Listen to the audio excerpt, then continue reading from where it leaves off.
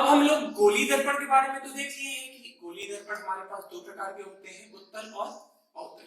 ठीक है, अब हमको क्या करना है, गोली दर्पण पे कुछ विशेष बिंदुएं पाई जाती हैं जिनकी सहायता से हम किरणों का आरेख करते हैं। मतलब कोई किरण अगर गोली दर्पण पे आएगी तो वो कहां पे परावर्तन के बाद किधर जाएगी, कहां से जाएगी, इसका पता लगाने के लिए हमें यहाँ कुल मिला के 5 चीजें जो हमारे विशेष तौर पर पढ़ना है, जैसे दर्पण का ध्रुव, वक्रता केंद्र, वक्रता त्रिज्या, मुख्य अक्ष, फोकस दूरी।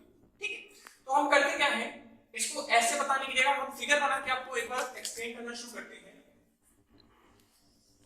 सबसे पहले अब अपने मन में सोचिएगा, आंसर देने की जरूरत है आपको, ये कौन सा दर्पण है। हम इधर से देखिए, इसका परावर्तक पृष्ठ बीच से क्या है, दबा है। दबा है तो कौन सा दर्पण, उत्तल दर्पण कि अवतल दर्पण, अवतल दर्पण। बीच से दबा होगा तो कौन सा दर्पण होगा।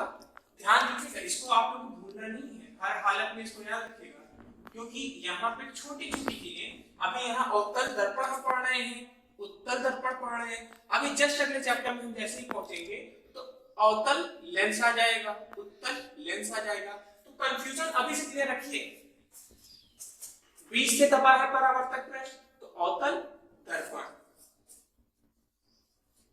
बीच से उभरा है तो उत्तल दर्पण। ध्यान दीजिए, दर्पण इसलिए बोलना जरूरी है क्योंकि अभी इन्हीं के तरह के और भी आएंगे।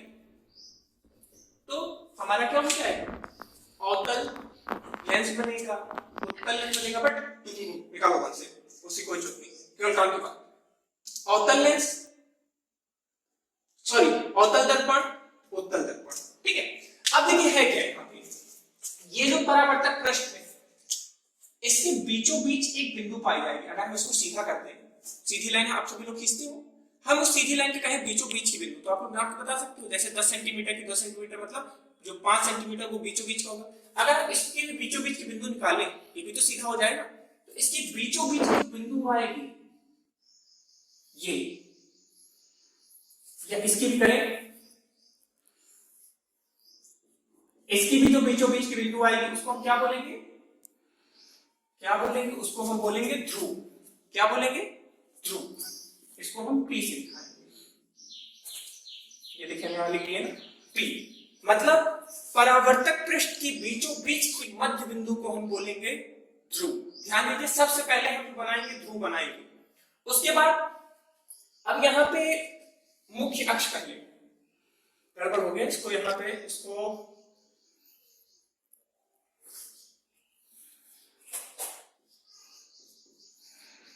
वक्रता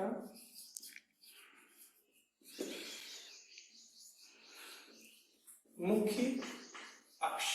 ठीक है, अब देखिए इसी ध्रुव को लेके हम इसके लंब पे एक सीधी आभासी रेखा खींचेंगे जिसको हम बोलेंगे मुख्य अक्ष। क्या बोलेंगे, मुख्य अक्ष। आभासी रेखा है, इसी बिंदु से एकदम सीधा, ध्यान दीजिए ज्वाइन नहीं होगा बीच में, खाली गैप है। ठीक है, ये अलग है वो अलग है, तो ये हो गया हमारा मुख्य अक्ष। इसको एक्स वाई से दिखा सकते हैं, एम डैश से दिखा सकते हैं, जैसे आपका मन। ठीक है, नेक्स्ट चीज है वक्रता केंद्र। वक्रता त्रिज्या की बात बाद में करेंगे, पहले हम बात करें वक्रता केंद्र। बेटा आप लोग जानते हो कि ये जो दर्पण है किसका हिस्सा है, ये किसी गोले का हिस्सा है। जैसे हम इसकी बात करें, हम इसको उठाते हैं तो ये ऐसा है, हम इसको पूरा करें तो ये कोई गोले का हिस्सा होगा, होगा कि नहीं होगा, ये किसी गोले का हिस्सा होगा। और गोले का हिस्सा है तो आप जानते हैं जो भी गोले होते हैं, आप लोग गोला प्रकार से गोला तो बनाए होंगे, तो बीचों बीच एक बिंदु होती है, तो उसी तरह हर गोले का एक केंद्र होता है, बीचों बीच की बिंदु जहां से कहीं भी ना भी आप बराबर आता है। तो जिस तरह इसकी बिंदु होगी उसी तरह इसकी भी बिंदु होगी, होगी कि नहीं होगी। तो इसको हम क्या बोलेंगे, वक्रता केंद्र। वक्रता केंद्र को हम दिखाएंगे C से। किससे दिखाएंगे, C से। ये हमारे अवतल दर्पण का वक्रता केंद्र हो गया। उत्तल की बात करते हैं। अब बेटा एक बात ध्यान देने वाली है, इसका जो गोला पूरा हो रहा था वो, अगर इसका गोला पूरा होगा तो इधर पूरा होगा, और इसका गोला किधर पूरा होगा, इधर पूरा होगा कि इधर पूरा होगा, जाहिर सी बात है, इसको अगर हम पूरा करेंगे तो ये इधर पूरा होगा ना, तो इधर पूरा होगा तो मतलब इसका जो केंद्र होगा इधर होगा कि इधर होगा? कॉमन सेंस की बात है, गोला इधर पूरा हो रहा है तो इसका केंद्र भी किधर होगा? यहाँ पे होगा। बात ऐसे में नहीं आई, इसका गोला इधर पूरा होगा तो इसका केंद्र इधर होगा, इसका गोला इधर पूरा होगा तो इसका केंद्र यहाँ होगा। बात ऐसे में बहुत आसान सा चीज है। अब देखिए अगली चीज है हमारा वक्रता त्रिज्या। वक्रता त्रिज्या क्या होता है? ध्रुव से वक्रता केंद्र के बीच की दूरी को, फिर से सुनिए, ध्रुव से वक्रता केंद्र के बीच की दूरी को हम बोलेंगे वक्रता त्रिज्या। पता है समझ में? इसके लिए भी क्या होगा? ध्रुव से वक्रता केंद्र के बीच की दूरी को हम क्या बोलेंगे? वक्रता त्रिज्या बोलेंगे। बहुत कॉमन सी चीज है। Last but not the least, focus दूरी। ठीक है, अब देखिए फोकस दूरी क्या होता है? फोकस दूरी कोई बहुत बड़ी चीज नहीं है। ध्रुव और वक्रता केंद्र को के बीच की दूरी को आधा कर दीजिए। मतलब मान लीजिए यहां से यहां तक की दूरी ये है तो इसको हम बीचों बीच यहां मान सकते हैं। यही हमारा क्या हो गया? फोकस। इसको हम लिखेंगे एफ से, छोटा एफ लिख लीजिए। इधर क्या होगा? इसके भी बीच का जो दूरी होगा वो होगा एफ, छोटा एफ। बात है समझ में? फिर से जल्दी से एक बार रिवाइज करते हैं, अब भूल जाइए, कुछ नहीं आता। क्या है? हम जब भी दर्पण बनाने की शुरुआत करेंगे, फिर से चलिए एक बार फिगर से बनाते हैं। हमारे पास दो तरह के गोली दर्पण होते हैं। परावर्तक पृष्ठ बीच से दबा है, यहां से देखो परावर्तक पृष्ठ बीच से दबा है। ये हमारा कौन सा दर्पण? बोलिए बोलिए बोलिए बोलिए बोलिए बोलिए, अवतल दर्पण। Very good. अब अवतल दर्पण है ये, इसके बीचों बीच के बिंदु को हमने नापा। थोड़ा हो सकता है ऊपर नीचे को देखने में हो सकता है गड़बड़ हो, पर ध्यान दीजिए कि हम ब्लैकबोर्ड बना रहे हैं तो हो सकता है थोड़ा मिस्टेक हो सकता है। तो सब तो गलत होते ही बेटा, कोई बात नहीं, आप लोग हमको गलत ठहरा सकते हैं, बट ध्यान दीजिए आप लोग का सही होना चाहिए। बोर्ड एग्जाम आपका है, नंबर मैक्सिमम लाना है। लाइफ का पहला एग्जाम है और पहले एग्जाम में हम लोग गड़बड़ नहीं कर सकते हैं। सो जितना अच्छा हो सके उतना अच्छा करिए। ठीक है, अब देखिए यहाँ पे इसके बीचों बीच के बिंदु को हम क्या बोलेंगे? ध्रुव बोलेंगे। ध्रुव को तुरंत एक संकेत है, क्या था? पी। P for Pappu. याद करिए, हमको पप्पू जी याद आ गया, हमने पप्पू लिख दिया। ठीक है, आप पॉइंट याद करना चाहे पॉइंट याद कर लीजिए, डिपेंड्स ऑन यू, आप इसको याद करते हैं। पी, पी मतलब पोल या ध्रुव। ठीक है, इसके बाद हम यहां से आभासी रेखा खींचेंगे। देखिए ध्यान दीजिए, आभासी रेखा जब भी खींचते हैं तो पूर्ण रेखा नहीं होती है, वो डॉटेड रेखा होती है। अगर पूरी रेखा होगी तो वो आभासी नहीं, वास्तविक कही जाती है। तो ये आभासी रेखा है, इसको हम मुख्य अक्ष बोल देंगे। ठीक है, एक्स वाई जो भी आपको मानना हो मान लीजिए। ध्यान दीजिए, अब जितने भी बिंदु आएंगे सब इसी मुख्य अक्ष पे आएंगे। दो बिंदु आए थे, याद है आपको? वक्रता केंद्र, फोकस दूरी, दो के दोनों इसी मुख्य अक्ष पे आएंगे, इसके बाहर नहीं जाएगा कुछ भी। ठीक है, अब ये गोला इधर कंप्लीट होगा, गोला कंप्लीट करें, इसको कंप्लीट करें, कुछ ऐसा कंप्लीट होगा इधर, इधर कंप्लीट होगा तो इसका केंद्र कहां होगा बेटा? यहां पे होगा, जिसको हम किससे लिखेंगे? सी से लिखेंगे। ध्रुव और वक्रता केंद्र के बीचों बीच एक बिंदु पाया जाएगा, जिसको हम क्या बोलेंगे? फोकस। ठीक है, फोकस वक्रता केंद्र। बोलो आई बात समझ में? सेम चीज अब हम चलते हैं, अवतल हो गया, अब हम पकड़ते हैं किसको? उत्तल को। उत्तल को पकड़े, चलिए उत्तल के संग देखिए सुई, इधर से देखिए परावर्तक पृष्ठ बीच से उभरा हुआ है, परावर्तक पृष्ठ बीच से उभरा है। ठीक है, अब हमने वही काम किया, बीचों बीच पॉइंट बिंदु लिए, बीचों बीच जो भी बिंदु थी उसको हम क्या बोलेंगे? बीचों बीच के बिंदु को क्या बोलेंगे?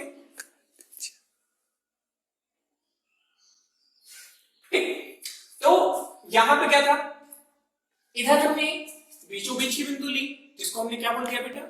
क्या बोलेंगे? ध्रुव बोल देंगे। वहीं से हमने आंख बंद करके सीधी रेखा बना दी, सीधी रेखा को हम क्या बोलेंगे? मुख्य अक्ष बोलेंगे। अब देखिए बेटा फिर से वही बात, ये कंप्लीट किधर होगा? इधर की इधर?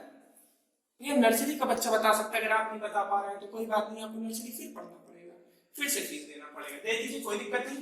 ये इधर कंप्लीट होगा तो इसका वक्रता केंद्र किधर होगा? इधर होगा।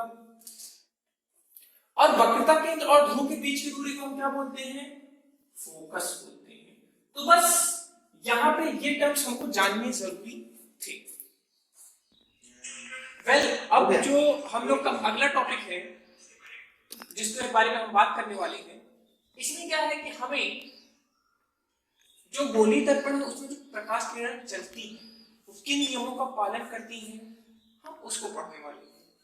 तो एक बात ध्यान रखिए कि टोटली हमारे पास 3 नियम, प्रथम, द्वितीय, तृतीय और 2 के दोनों दर्पणों के लिए, ठीक है।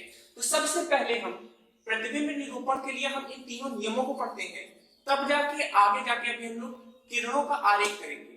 तो उसको पढ़ने के लिए हमको ये टॉपिक समझना बहुत ज्यादा आवश्यक होता है, ठीक है। तो किरण आरेख करना सबसे पहले हम सीखेंगे प्रथम नियम। प्रथम नियम में हम दोनों लेते हैं। लेकिन प्रथम नियम आपको अगर पढ़ना है तो बहुत बड़ा से पढ़ सकते हैं, लेकिन हम आपको क्या कहेंगे, हम आपको टोटल 3 शब्द याद करवाएंगे।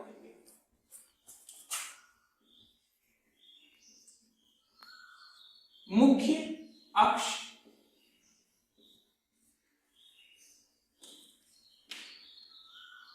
समांतर, फोकस। कहने में तो ये 3 चीजें आप पढ़े हैं, याद है आपको? मुख्य अक्ष, अभी जस्ट थोड़ी देर पहले हम बात कर रहे थे, ध्रुव के सामने से जो रेखा जाती है मुख्य अक्ष। समांतर बताएंगे अभी हम। फोकस, आप लोग जानते हैं कि फोकस क्या होता है, वक्रता केंद्र और ध्रुव के बीच की जो बिंदु होती है उसको फोकस बोलते हैं, ठीक है। तो अब ये नियम क्या है इसको हम देख लेते हैं बच्चा। पहले हम अवतल के लिए देखते हैं, दोनों के लिए देखेंगे, पहले हम अवतल के लिए। अब देखिए, ध्यान दीजिए, आपको कुछ चीजें जो मैंने पॉइंट्स पहले बताए हैं, जो चीजें बनाना, तो सबसे पहले हम परावर्तक पृष्ठ बनाए, दर्पण बना दिए। उसके बाद हम सबसे पहले ध्रुव बनाएंगे। ध्रुव के बाद ये कौन सी रेखा है बताइए? मुख्य अक्ष। ये मुख्य अक्ष बन गया। इसका एक केंद्र होगा जिसको हम क्या बोलेंगे? सी बोलेंगे। और इसके बीचों बीच की दूरी को हम एफ बोलेंगे। देखिए, ये जो प्रथम नियम है ये हमको ये बताता है कि जब भी कोई प्रकाश किरण मुख्य अक्ष के समांतर जाएगी, कहां से जाएगी? मुख्य अक्ष के समांतर। चलिए भेज देते हैं समांतर, मुख्य अक्ष के समांतर है।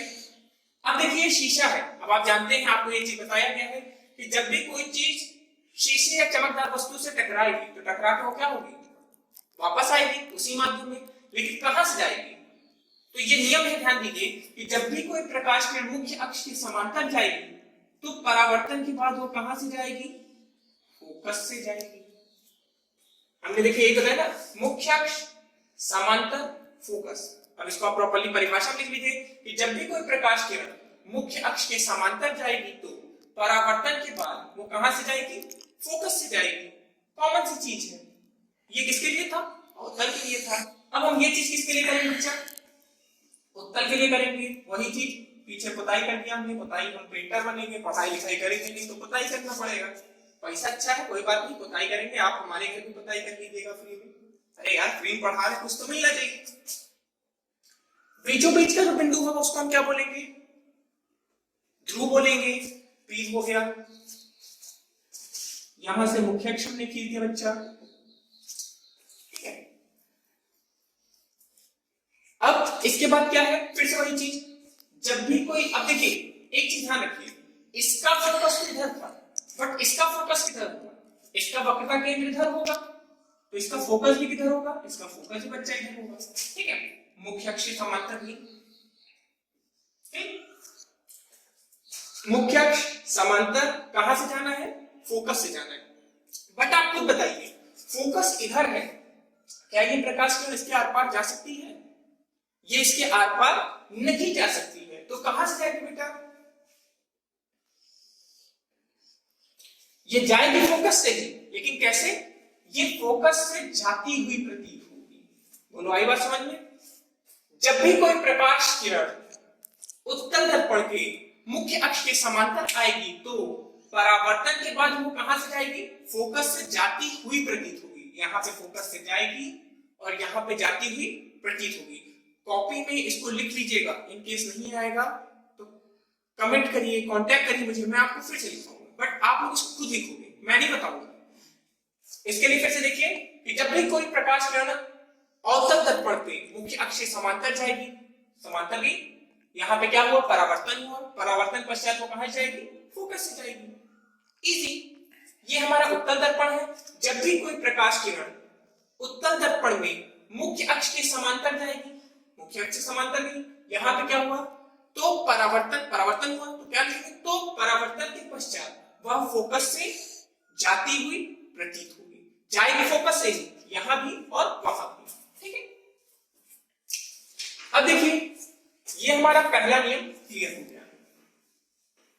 अब देखिए आपके सर आलसी हैं, बोलिए हाँ हम भी आलसी हैं, नियम बचा लिया हमने। यहाँ पे हम बस सीधे कर देंगे द्वितीय, आप भी आलस करिए।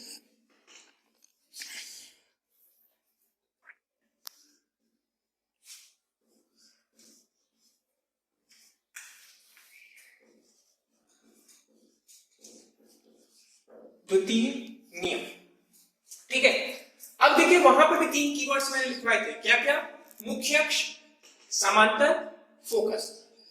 चीजें वही रहने दीजिए, चीजें वही रहने दीजिए, बस फोकस की जगह मुख्य अक्ष कर दीजिए, मुख्य अक्ष की जगह फोकस। तो हम क्या लिखेंगे, फोकस, समांतर, मुख्य अक्ष। अब आप कहेंगे सर ये क्या है, कुछ नहीं बेटा, जो ये सबसे पहले है ये हमको ये दिखा रहा है कि प्रकाश किरण कहां से जाएगी। चलिए करते हैं, बनाए था फिगर। ये हमारा हो गया उत्तल दर्पण, क्या उत्तल, अवतल दर्पण। ठीक है, कंफ्यूज नहीं होना है। अब देखिए यहां पे क्या हो रहा है, यहां पे ये फोकस है। अब देखिए हुआ क्या, प्रकाश किरण कहां से जाएगी, देखिए एरोस हम इसीलिए बना देते हैं, एरो हमको बताएंगे इसकी दिशा। जब भी कोई प्रकाश किरण अवतल दर्पण पे फोकस से जाएगी तो यहां पे टकराई, तो परावर्तन के पश्चात वह मुख्य अक्ष के क्या हो जाएगी, समांतर हो जाएगी। वही था पहले हो रहा था, मुख्य अक्ष से जा रहा था, फोकस से जाने लगा परावर्तन के बाद। यहाँ पे क्या हो, फोकस से जा रही थी, परावर्तन के बाद कहां जाने लगा, फोकस के समांतर। बोलो आई बात समझिए। अब हम इसी को उत्तल के लिए बनाएंगे।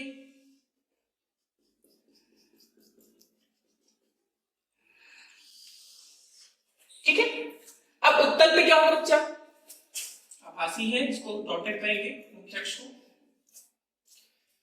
फोकस से। अब देखिए एक बात आप इसमें जानते भी है, उत्तल में क्या होगा, उत्तल में फोकस पीछे साइड है, फोकस कहां है, इधर साइड है, तो ये उधर तो नहीं जा सकता ना, बट जाते हुए प्रतीत तो हो सकता है। तो यहां पे क्या होगा, ये यहां पे जाते हुए प्रतीत हुआ, और यहां पे जैसे ही परिवर्तन हुआ तो ये मुख्य अक्ष के क्या हो गया, समांतर हो गया।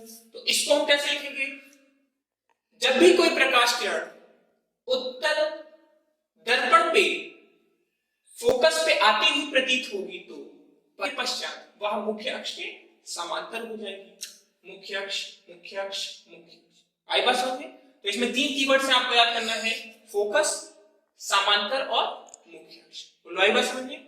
ये हमारा दूसरा नियम भी क्लियर हो गया। अब हम सीधे सीधे सबसे आसान नियम है,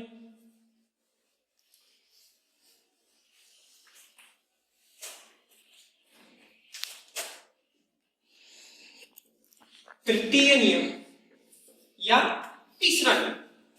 यहां पे क्या है, वक्रता केंद्र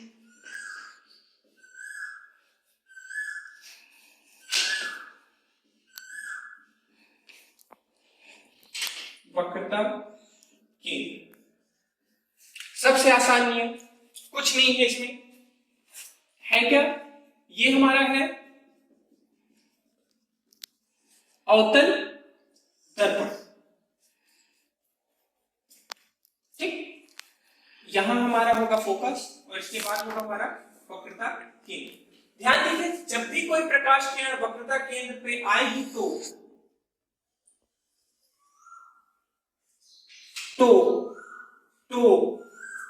यहां पहुंची, परावर्तन हुआ और परावर्तन के बाद ये इसी रास्ते से क्या हो जाएगी, वापस लौट जाएगी। कुछ नहीं, जिस मार्ग से आई उसी मार्ग से लौट गई। लेकिन कब कब कब कब जब प्रकाश किरण कहां पे आई, वक्रता केंद्र पे आई। फोकस पे ये नहीं हो रहा है, ध्यान दीजिए। पिछला केस फोकस पे क्या था, फोकस से आ रही थी तो वो मुख्य अक्ष के समांतर जा रही थी, मुख्य अक्ष पे आ रही तो फोकस पे जा रही थी। लेकिन अगर वक्रता केंद्र पे आई तो परावर्तन के बाद कहां से जाएगी, उसी मार्ग पे वापस लौट जाएगी। उत्तल के लिए भी वही केस।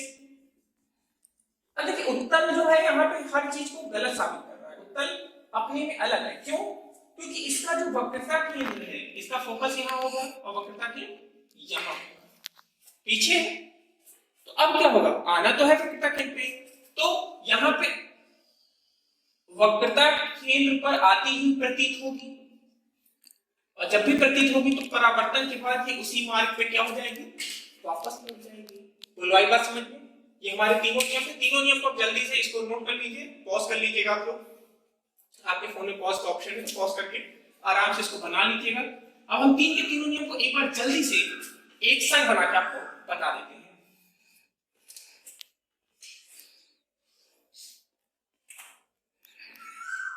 ये पहला नियम, प्रकाश किरण मुख्य अक्ष के समांतर आई। फोकस यहाँ जरूर बना दीजिएगा, क्योंकि फोकस नहीं होगा तो फोकस नहीं हुआ तो हमको पता ही नहीं लगेगा किधर जाएगी। ठीक है, तो मुख्य अक्ष के समांतर आई, परावर्तन हुआ कहां से भी, फोकस से चली गई। ये हमारा पहला नियम। दूसरा नियम क्या है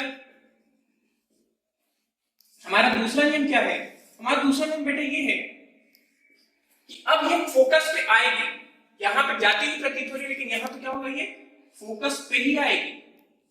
परावर्तन हुआ, मुख्य अक्ष के समांतर चली गई। ठीक है, तीसरा नियम हमारा ये है, तीसरा नियम। अब यहाँ पे फोकस की आवश्यकता नहीं है, बट फोकस बनाएंगे। ध्यान दीजिए, बिना फोकस के वक्रता केंद्र का कोई मतलब नहीं है, तो हम फोकस और वक्रता केंद्र दोनों बना देंगे। पहले वक्रता केंद्र ही बनाया जाता है, लेकिन बना देते दोनों। वक्रता केंद्र पे आई, टकरा के उसी मार्ग पे वापस आ गई। तो ये हमारे अवतल दर्पण के तीनों नियम। ठीक है, अब हम बात करेंगे उत्तल की।